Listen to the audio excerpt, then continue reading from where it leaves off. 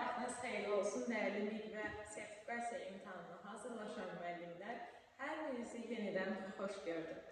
Bugün biz 4-cü sinif mövzusu olan, amma bir o qədər də qarışdırılan mövzulardan biri Mirzə Qədim İrəvani, Mir Mövsüm Nəvvab və Usta Qəmbər Qarabağinin orta, oxşar və fərqli cəhətlərini müqayisə edərək bunları daha dərindən necə qavramaq olar, imtahanda nə tip suallar düşəcək, bunları müzakirə edərək bu dərsimizi öyrənəcəyik. Elə isə başladıq. Mirzə Qədim İrəvani adından da göründüyü kimi İrəvan şəhərində anadan olub və burada ən əsas bizə lazım olan məqam 3-cü cümlədən başlayır. Gəlin baxaq. Yaradıcılığından ilk dövründə dekorativ sənətlə məşğul olmuş nəqqaş və portretçi rəssam kimi fəaliyyət göstərir. Nə oldu dəyərli müəllimlər? Nəqqaş və portretçi rəssam yaradıcılığın ilk dövrlərində. Daha sonra gəlir. Azərbaycanda dəzgah rəngkarlığının əsasını qoyan ilk sənətkarlardan da soruşa bilərlər ki, dəzgah rəngkarlığının əsasını hansı rəssam qoyub? Təbii ki, Mirzə Qədim İrəvani dəzgah rəngkarlığının əsasını qoyan rəssamlardan biridir. Daha sonra İrəvaninin əsərləri burada bizim qabağımıza çıxır. Onlardan biri süvari, rəqqasə, dərviş portretləri doğma incəsənətimizin fəxridir. İndi isə gəlin Mirzə Qədim İrəvani haqqında öyrəndiklərimizi qeyd etməyə başlayaq. İlk olaraq biz nəyə öyrəndik? Mirzə Qədim İrəvani haqqında.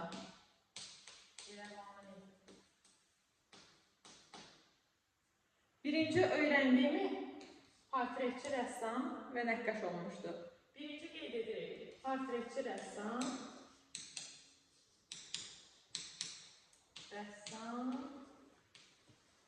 və nəqqaş olmuşdur. İkinci nə dedik dəyərli müəllimlər? İkinci nəyə olaraq? Nəyə qeyd etdik? Nə olmuşdu? Dəzgah rəngkarlığının əsasını qoyan ilk sənətkarlardandır. Nə oldu?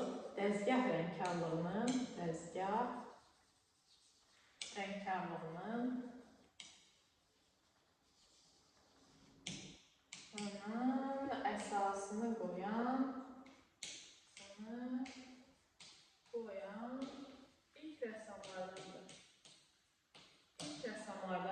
Üçüncü, hansı əsərlərini qeyd etdik Mirzə Qədim İrəvaninin? 1. Süvari, dərviş və rəqqasə. Bildiyimiz kimi müəllimlər, biz təkcə kitabı oxuyub əzbərləmirik. Həmçinin biz rəssamların əsərlərini, yaratdığı əsərləri, hətta olan görüntüsünü belə əzbərləyirik. Rəqqasə, dərviş və bir də hansıydı? Rəqqasə, dərviş, süvari. Üçüncü də süvari.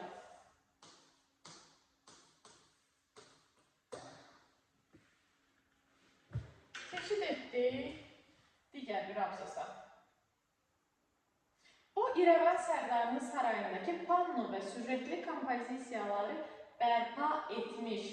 Sarayın güzgülü zal adlanan otağının divarında hökmdar Fətəli Şah Qacarı və Vəliəhd Abbas Mirzənin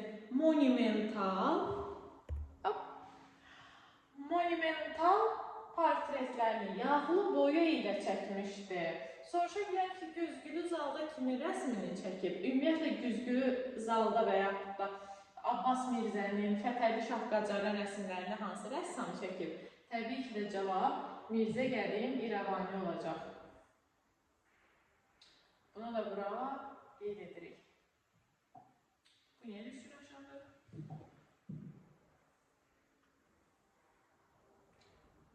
Belə saxlayaq. Deməli nə dedik? Güzgülü zal. Güzgülü zal görsək kim olacaq dəyərli müəllimlər? Mirzə Qədim İrəvani. Bəs Mirzə Qədim İrəvani kimlərin rəsmini çəkib o güzgülü zalda? Daha doğrusu divarlarında. Fətəli Şah Qacar Vəliəhd Abbas Mirzənin monumental, yəni böyük portretlərini yağlı boya ilə çəkmişdi. İrəvan şəhərində yerləşən bu memarlıq abidəsi erməni təcavüzünün nəticəsində təəssüf ki, dağıdılıb. Onun yaratdığı, keçirik yenidən əsərlərə. Vecihullah Mirzə, bu adları yadda saxlamaq biraz qəribədir. Yadda saxlasaq da digər rəssamlarla qarışdıra bilərik. Çünki hamısı eyni dövrdə yaşayıb və onların yaratdığı əsərlər demək olar ki, oxşardır. Vecihullah Mirzə, Molla, gənc qadının portreti, gənc oğlan Azərbaycan Dövlət İncəsənət Muzeyində. Azərbaycan Dövlət İncəsənət Muzeyində. Amma bunun rəngini dəyişək. Mahtalət xanım əsəri isə Gürcüstan Dövlət İncəsənət Muzeyində saxlanılıb. Soruşa bilər ki, Mirzə Qədim İrəvaninin Mahtalət xanım, birazdan rəsmini göstərəcəm. Mahtalət xanım əsəri harada saxlanılır? Təbii ki də biz qeyd edəcəyik ki, Gürcüstan Dövlət İncəsənət Muzeyində saxlanılır. Portretlər ifadəliliyi zəngin koloriti ilə bugün də seyirciləri heyrətə gətirir. Rəssamın Çiçəklər və Quşlar əsəri Rusiyanın Sankt-Peterburgunu da soruşa bilər. Bunu da qeyd edirik. Çiçəklər və Quşlar əsəri. Harada saxlanılıb? Rusiyanın Ermitaj Muzeyi. Keçdik digər abqusasa. Şərq miniatür üslubunu, xalq sənətini və Avropa rəngkarlıq ənənələrini öz yaradıcılığında birləşdirən ustadın əsərlərində dekorativlik və real üslub bir-birini tamamlayır. Gəldik çox önəmli nöqtələrin birinə. Soruşa bilər ki, Mirzə Qədim İrəvaninin əsərlərində biz nələri görürük, nələr bir-birini tamamlayır, nələr onun yaradıcılığında, o yaradıcılığında nələri birləşdirib? Nələri birləşdirib dedik? Dekorativlik. Zaten əsərləri yadda saxlasaq biləcəyik. Çünki əsərlərində o dekorativliyi və real üslubu görə bilirik. Birazdan keçid edəcək əsərlərinə. Dekorativlik və real üslub. Dekorativlik və real üslub Mirzə Qədim İrəvaninin əsərlərində ən önəmli yeri tutur. Mirzə Qədim İrəvani Azərbaycan təsviri sənətinin inkişafını təkan verən və onu yeni istiqamətə yönəltməyə nail olan böyük sənətkardır. Keçid edirik notumuza, öyrəndiklərimizi qeyd edək. Deməli, Güzgülü zal adlanan otaqda kimlərin rəsmi olub? Ümumiyyətlə, Güzgülü zalda hansı divar rəsmlərində və bu divar rəsmləri necə ifadə olunub? Necə ifadə olunub? Monumental ifadə olunub. Kimin rəsmini çəkmişdik? Fətəli Şah Qacar və Vəliəhd Abbas Mirzə. Bunları bağlayırıq. Dördüncü qeyd edirik. Fətəli Şah Qacar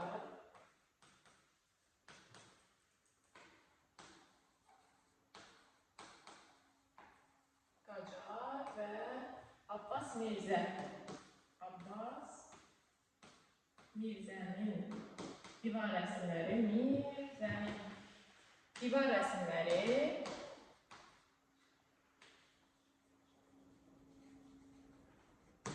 harada qeyd alınmışdı, harada çəkilmişdi dəyərli müəllimlər? Güzgülü zalda çəkilmişdi. Güzgülü zal.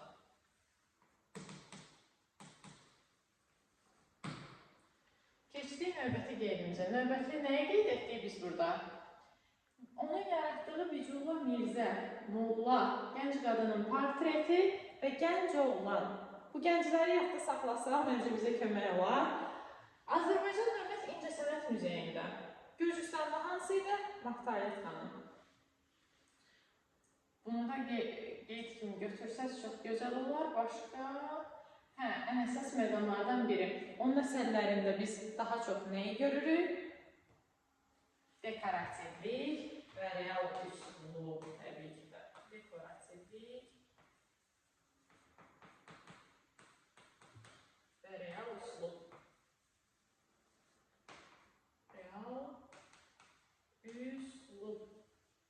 Necə doldurmuşam bu boyda ekrana? 5 dənə cümlə ilə. Neysə, keçid edirik növbəti səhifəmizdə. Elə buradaca bitir. İbtidai sinif dərsliyi olduğuna görə mövzular çox az verilib, daha doğrusu məlumat çox az verilib. Bu biraz bizim işimizə yarayır. Mahdənət xanım. Bunlar Fətəli Şahqacar və İrəvanlı Həsən xan, gənc qadının portreti, gənc oğlan, İrəvan sərdarı, İrəvan sərdarı. Demək müəllimlər, biz nə dedik? İrəvan şəhzadəsi Mahdənət xanım harada saxlanılır? Bu əsər harada gördük biz? Harada saxlanılırdı? Bu əsər saxlanılır Gürcüstanda. Gürcüstan. Bu gördüyünüz Fətəli Şahqacarın portreti isə güzgülü zalda divar rəsmidir. Bəs gənc qadının portreti, biz bayaq dedik, gənc qadının portreti ilə gənc oğlan portreti harada saxlanılırdı? Bir düşünək. Gəncləri dedik, yadımızda saxlayaq. Gənclər Azərbaycan Dövlət İncəsənət Muzeyində saxlanılır. Aydındır. Bir daha istəyirsiniz keçid edək, nə öyrəndik biz burada? Burada dəzgah rəngkarlığı və monumental rəngkarlığının açıqlamasını veriblər. Bu bizə daha çox müsahibə zamanı lazım ola bilər. Soruşa bilərlər ki, dəzgah rəngkarlığı nədir? Monumental rəngkarlıqla monumental heykəltaraşlığın fərqi nədir? Bunları bizdən müsahibə zamanı soruşa bilərlər.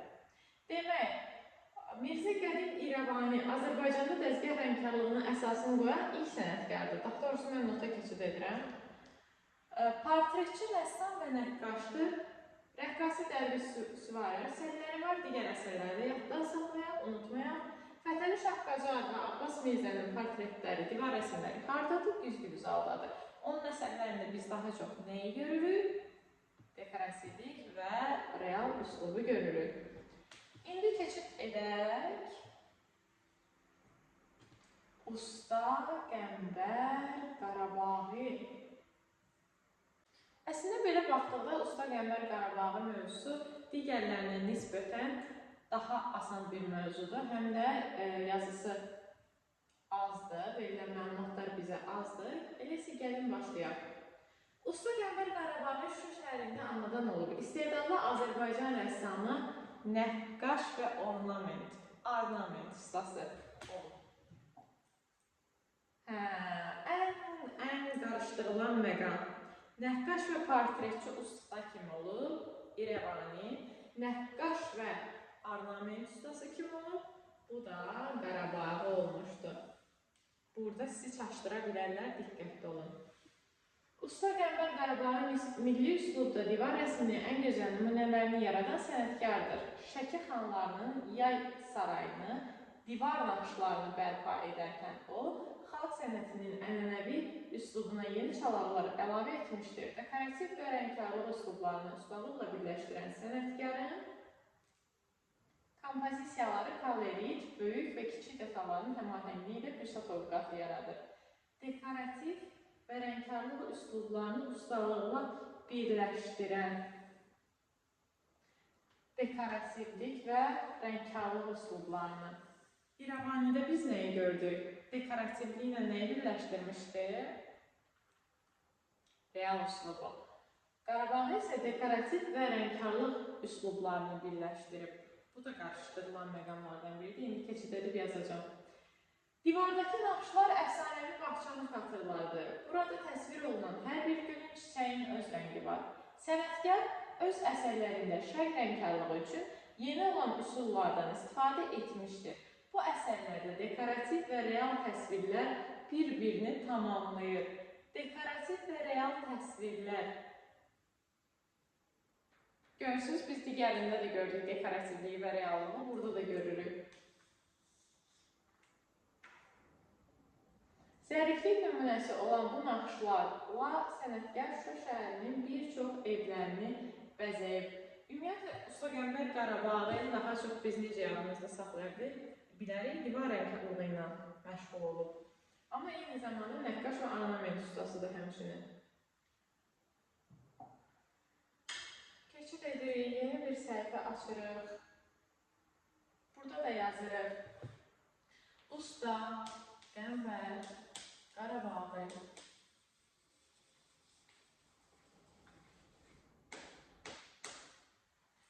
Usta Qəmbər Qarabağlı Nəqqaş nə olmuş mənimlə? Düşmürəm ondan deyəsən. Nəqqaş və ornament ustası olmuşdu. Mənimlə ornament ustası olmuşdu. Onun əsərlərində nələri birləşdirib? Nəyi birləşdirib əsərlərində dedik? Dekorativ və rəngkarlıq üslublarını ustalıqla birləşdirib. Qeyd edirik, dekorativ və rəngkarlıq üslubları birləşdirib. Dekorativ və rəngkarlıq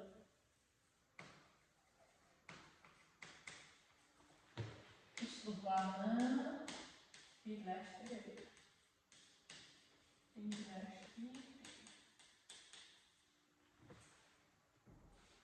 Sonra biz nəyi dedik?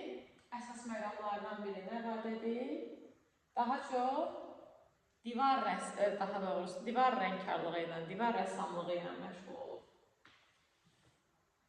Burada da biz onun saray divarlarına çəkdiyi naxışları, rəsmləri görürük. Əslində bunu yadda saxlamaq çox asandır. Üçüncü olaraq da qeyd edirik divar rəngkarlığı. Amma təbii ki, İrəvani də divar rəngkarlığı ilə məşğul olmuşdu. Amma divar rəngkarlığında kimlərin rəsmini çəkmişdi? Onu öyrənmək vacibdir. Rəngkarlığı. Divar rəngkarlığı. Bu qədər müəllimlər, Qarabağın mövzusu çox asandır. Yadda saxlanılacaq qısa məqamlar var. Onları yadda saxladıqda əslində çox asandır. Divar rəngkarlığı ilə məşğul olub. Daha sonra nəqqaş və ornament ustasıdır. Eyni zamanda dekorativ və rəngkarlıq üslublarını birləşdirib. Bunu yadda saxladığımı? Əla. İndi isə keçid edirik. Bizim beynimizdə ən çox suallar yaradan, ən qarışdırılan mövzulardan biri olan Mir Mövsüm Nəvvab mövzusuna. Azərbaycan rəssamı Mir Mövsüm Nəvvab Şuşada anadan olmuşdur. Okey. İstedadlı rəssam, eyni zamanda şair, musiqişünas və xəttat. Nə olmuşdur? Şair, musiqişünas və xəttat kimi də məşhur idi. Bu da ki, ensiklopedik biliyə geniş, daha doğrusu nadir bacarıqlara malik sənətkar ilk təhsilini Ruhani məktəbində almışdı. Ensiklopedik bilik və nadir bacarıqların altından xətt çəkirəm. Birazdan deyəcəm nəyə görə vacibdir bu məqamlar. Ərəb, fars, türk dillərini, astronomiya, kimya, riyaziyyat və digər elmləri də öyrənmişdir. O, şeirlər yazmış, elmin müxtəlif sahələrinə aid kitablar nəşr etmişdir. Şeirlər, kitablar. Təsviri sənətlə məşğul olan Nəvvab, rəssamlıq, xəttatlıq və kitab tərtibatı, rəssamlıq, xəttatlıq və kitab tərtibatı sahəsində də fəaliyyət göstərən ilk sənətkarlardandır. İlkin altından xətt çəkirik. Nə dedik? Nə ilə məşğul olub? Rəssamlıq, xəttatlıq və kitab tərtibatı ilə məşğul olmuş ilk sənətkarlardandır. Keçirik növbəti abzasa. Nəvvab evinə və dərs dediyi məktəbin divarlarına quş və çiçək təsvirləri çəkmişdir. Biz quş və çiçəyi də harada gördük? Harada gördük quş çiçək təsvirlərini? Kim çəkirdi başqa? Mirzə Qədim İrəvani.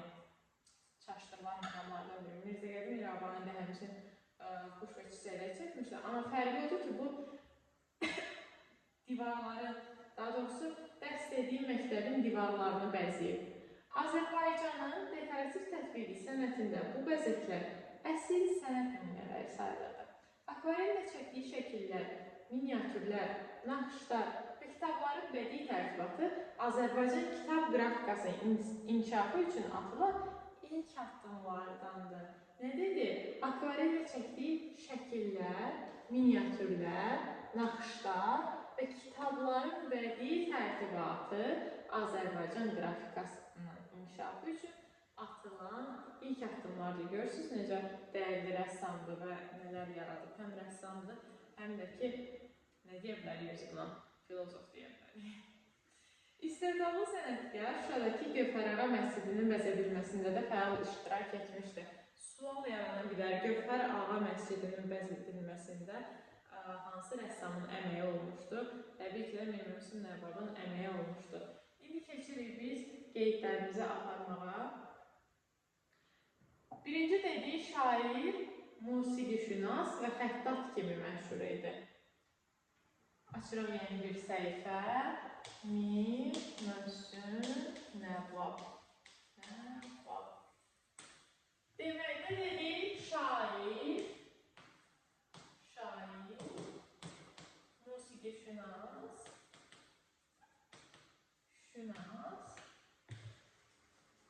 və xəttat kimi məşhur idi.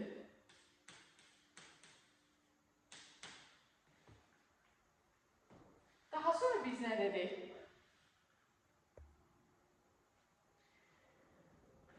Ensiklopedic biliyə, bura keçid edəcəkdim. Ensiklopedic bilik və nadir bacarıqlara malik sənətkar ilk təhsilini Ruhani məktəbində alıb, ərəb, fars, astronomiya, kimya, riyaziyyatı öyrənib. Biz təsviri incə sənətdə bunu başqa kimdə görmüşdük?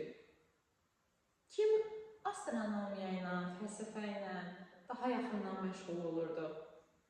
Azərbaycandan demirəm, dünya üzrə. Düşünək, məncə artıq cavabını tapan oldu.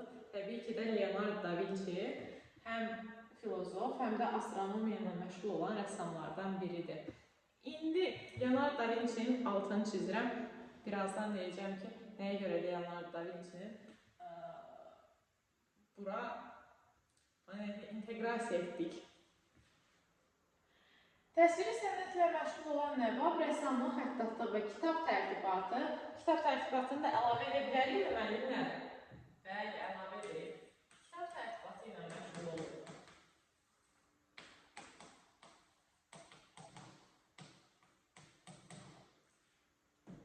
Daha sonra nə görürüz? Şeirlər yazmış, kitablar nəşr etmişdir, təsvir sənətlə məşğul olan. Bu okeydir. Quş və çiçək təsvirləri.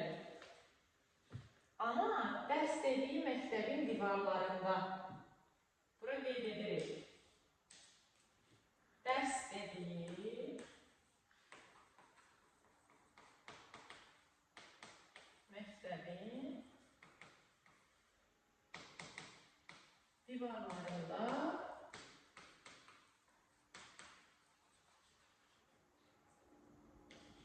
quş və çiçək təsvirləri.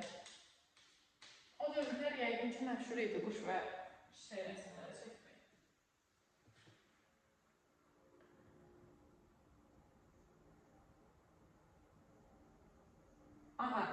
Ən sonunda da qeyd edirik.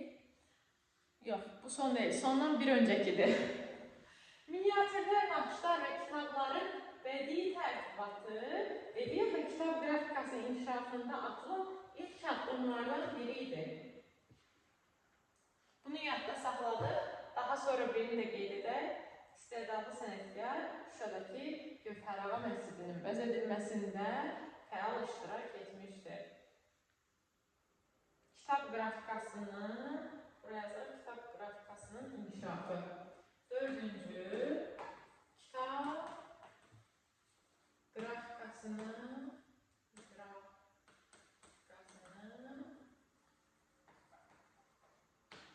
inkişafı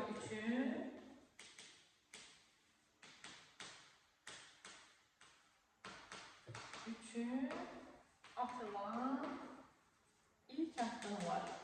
Daha geniş yaza bilərdim sadəcə olaraq. Bu cümləni oxuyanda biləcəksiniz artıq söhbət nədən gedir. Beşinci nə oldu? Gövhərağa məscidi. Qısaca olaraq Gövhərağa məscidi qeyd edirəm. Gövhərağa məscidinin bəzədilməsində iştirak edir.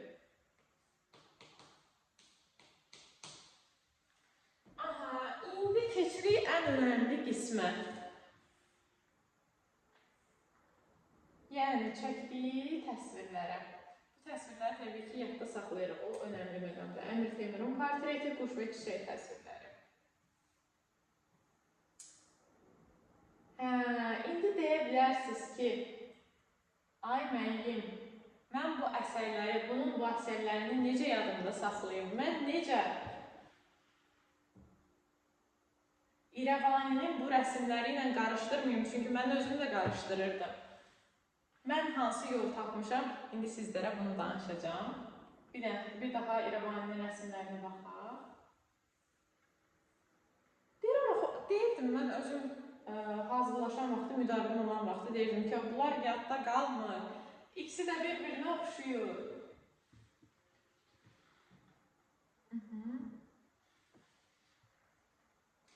Əbdülrəhman Caminin portreti, Dərviş Nurəli Şahın portreti. Burada yenidən illüstrasiyalar, quş və gül və quş təsvirləri. Aha, biz nə dedik? Dedik ki, Mir Mövsüm Nəvvabın yaradıcılığı, daha doğrusu həyat yolu, həyat yaradıcılığı kimə bənzəyir dünyadakı rəssamlardan? Leonardo da Vinci'yə bənzəyir dedikdə, yaxşı, bunu nəyə görə dedik? Həm dedik ki, Leonardo da Vinci də astronomiya ilə, fəlsəfə ilə məşğul olur.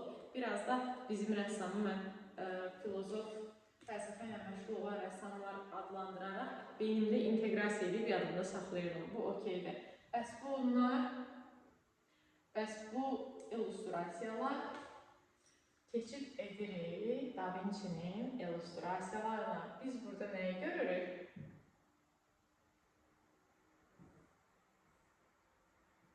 Məsələn, bu əsərinə diqqətlə baxın.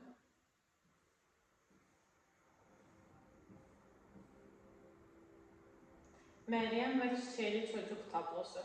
Türklər belə deyir adını. Yadda saxladıq.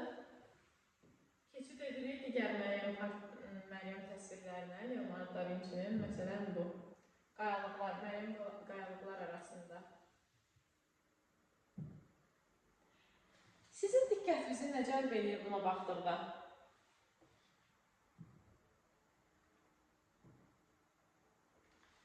Bu tabloya baxdıqda, buna baxdıqda. Bu sadəcə böyle bilmirəm mi? Diqqətinizi ilk nə cəlb elədi?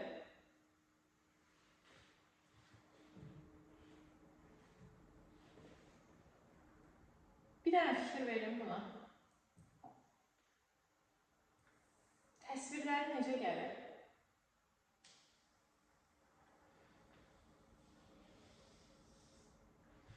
Bu da həmçinin. Dərviş Nurəli Şahın portreti və Əbdülrəhman Caminin portreti. Leonardo da Vinci'nin təsvirləri bəs necə gəlirdi?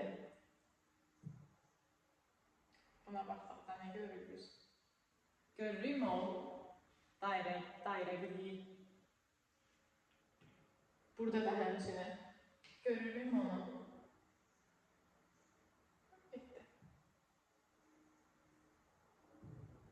Burada da həmçinin. Gördün mü onu? Baxın. Eyni şeydir, eyni formadadır.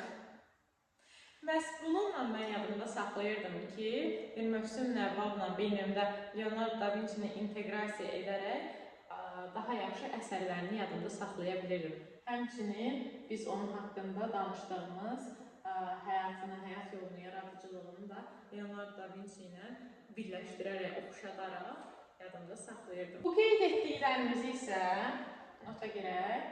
Haqlarında qeyd etdiklərimiz var idi. Bunu mən necə yadımda saxlayırdım?